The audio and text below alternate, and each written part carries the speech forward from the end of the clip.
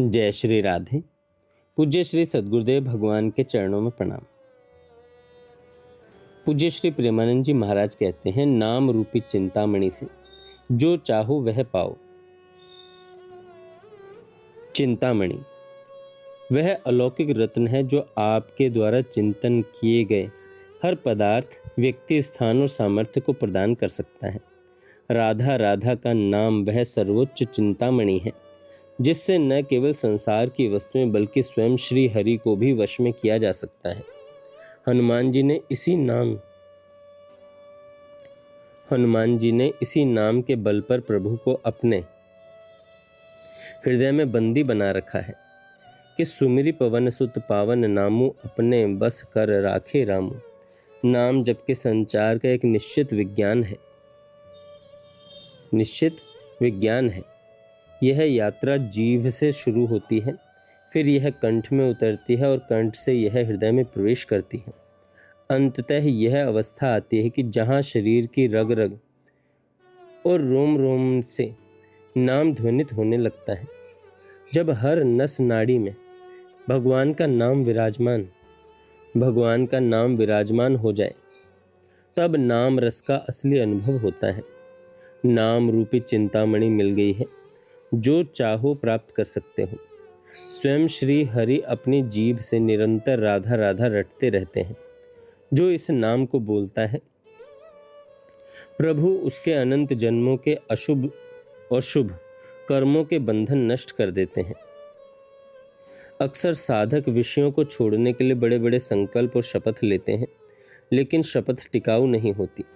बलपूर्वक इंद्रियों को रोकने से केवल हृदय की जलन बढ़ती है। यदि हम केवल बाहरी विषयों को छोड़ते हैं तो मन में त्याग का राग पैदा हो जाता है। शारीरिक त्याग के बाद भी अहंकार और पुराने संस्कारों की गंध बनी रहती है। जब नाम जब से राधा नाम सुधारस का स्वाद मिलने लगता है तो सांसारिक विषय स्वयं ही उल्टी के समान घृणित लगने लगते हैं। जैसे ही नाम रस का बल मिलता है, इंद्रियों को विषयों से हटाने के लिए संघर्ष नहीं करना पड़ता। वे स्वभावतः उनसे घृणा करने लगती हैं। साधना की सफलता वेशभूषा में नहीं बल्कि चित्त के परिवर्तन में है।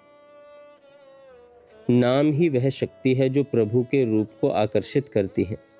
पहले नाम चलता है, फिर रूप का प्रकाश होता है और अंततः साधक प्रभु की दिव्य लीला में प्रवेश पाता है। यदि हृदय में नाम नहीं चल रहा और हम केवल मान सम्मान के लिए भक्ति का प्रदर्शन कर रहे हैं तो यह केवल भक्ति का पाखंड है। शुद्ध भक्ति वह है जहाँ चित्त की एक एक वृत्ति भगवदाकार हो जाए। यदि हमारे आराध्य का रूप हमारे चित्त में इस प्रकार समा जाए कि मान अपमान और सुख दुख विचलित न कर सके, तभी हमारी उपासना सार्थक है। सच्ची निर्भयता केवल भगवद आश्रय से आती है। हम अक्सर व्यक्ति, वस्तु, स्थान, धन, बुद्धि और विद्या का आश्रय लेते हैं, लेकिन ये सब नाशवान है और अंततः दुख का कारण बनते हैं। महाराज अम्बरीश और दुर्वासा जी का प्रसंग। अपनी तपस्या और सिद्धियों के बल का आश्रय लेने वाले दुर्वासा जी को भयंकर कृत्या से डरकर भागना पड़ा। इसके विपरीत जिन्होंने केवल नाम का और भगवान का आश्रय लिया, वे अम्बरीश जी निर्भय होकर खड़े रहे। यह सिद्ध करता है कि सब साधन एक तरफ और भगवद आश्रय एक तरफ, बिना किसी श्रम, संकल्प या प्रयास के केवल आश्रय मात्र से व्यक्ति पूर्ण वैरागी और निर्भय बन जाता है।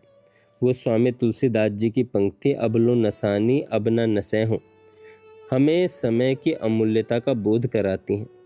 अब तक जो समय व्यर्थ नष्ट हुआ सो हुआ, पर अब एक क्षण भी व्यर्थ नहीं गंवाना है।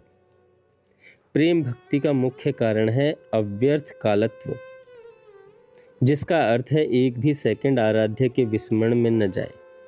यदि स्वयं भगवान सामने खड़े हों और त्रिभुवन की लक्ष्मी का प्रलोभन दें, तब भी आधे पल के लिए नाम मत छोड़ना। नाम और श्वास का अभेद। लक्ष्य यह है कि नाम और श्वास के बीच का भेद मिट जाए। हर सांस के साथ नाम इस प्रकार जुड़ जाए कि दोनों एक हो जाए। जब रोम रोम नाम जपने लगे, तब समझना कि जीवन सफल हो गया। संसार के नाशवान आश्रयों, चाहे वह आपकी बुद्धि हो या धन, को पकड़कर आप केवल अशांति ही पाएंगे। असली सामर्थ्य उस नाम को पकड़ने में है जो आपको साक्षात भगवत प्रेम का अनुभव करा सकता है। जय श्री राधे।